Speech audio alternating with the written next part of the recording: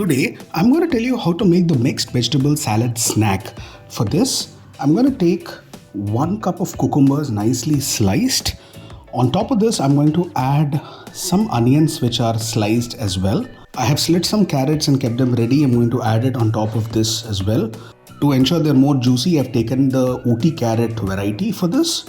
Next, I'm going to add some radish pieces. They are nicely slit. Radish also provides us the much needed water content which is needed for the salad.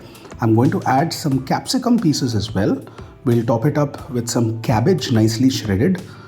We will then add some tomato pieces which are nicely cut. This is typically 1 large tomato which is chopped.